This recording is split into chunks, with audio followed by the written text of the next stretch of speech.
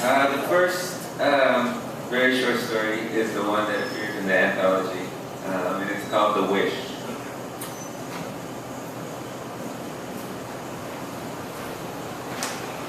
When she got on the bus, I thought of my mother, and not just my mother at any old time, but on a sunny day, which meant another day of work for her just like any other day.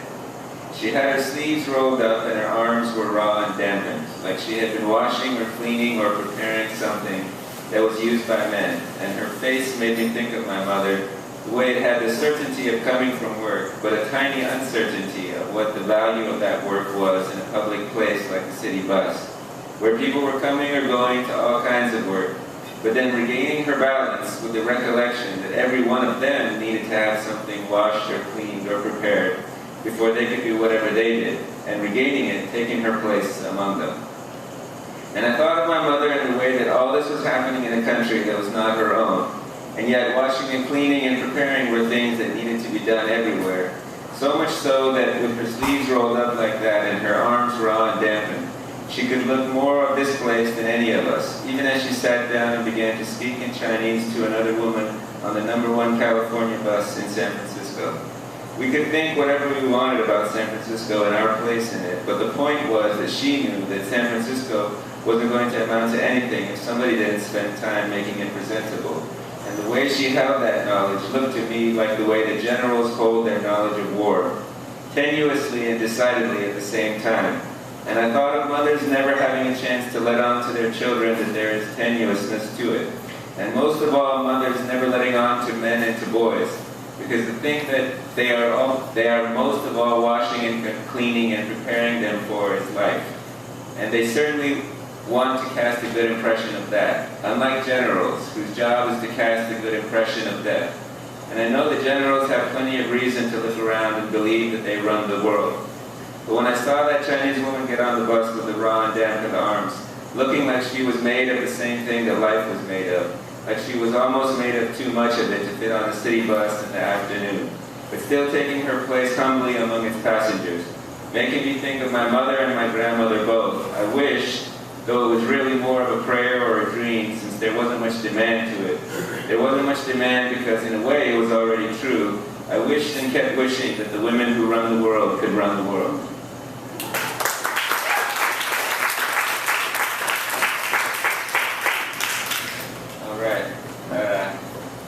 The second one is a piece about my gratitude for an American writer, oral historian named Studs Terkel, whose books I like very much, and I realized only recently that the reason I liked them so much was when I read them, I realized that the important thing about trying to become an American writer wasn't how much I knew about Americans, but how much I cared about Americans.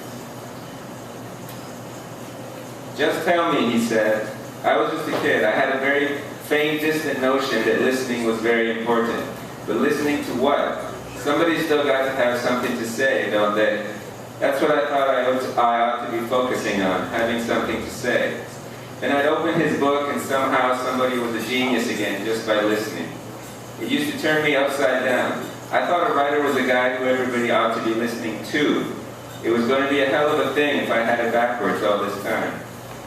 I was 19 years old. I'm going to be an oral historian, I said to my father. Start with me, my father said. All right, should I get paper? No, just listen. Okay, Mr. Studs Terkel, I thought. I see how you did it. People want to talk. So why did it seem so damn lonely to listen to them? It was the way he listened past what was expected. Everybody listened after all, but he listened to the point where they began drawing conclusions, or not knowing what conclusions to draw. I don't know if I'm a writer, he said, but I know who is, everybody. I listened to my father and he began exactly as I knew he would, knowing exactly what he wanted to say. Studs Terkel must have kept a straight face for many of those, as if you were going to end up right where you thought you were going to end up when you had a listener. You do realize he could have just turned the tape recorder on and left the room, right? But then what he would have ended up with was a bad look. So, the face. What is it about the face? By the pictures I've seen of him, he looked like a man who liked to talk, who could tell some stories. It had to be flexible, though. It had to be able to go in whatever direction a story went.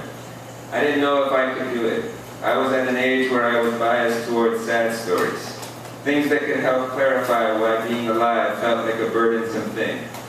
But an oral historian had to be able to listen to a guy who felt pretty good about the way things were going and take his story for what it was. That wasn't the case with my father. He had the history of the 20th century and the story of his life. A man from one of the poor countries telling the rich countries that his country wanted to be its own country. A very familiar history to those who knew. I wish Studs Terkel could hear it. I would have liked to see where he would put it, where inside himself, I mean. Because my father's story touched the stories of the men and women in one rich country, the United States of America, the country I love to read about in his books.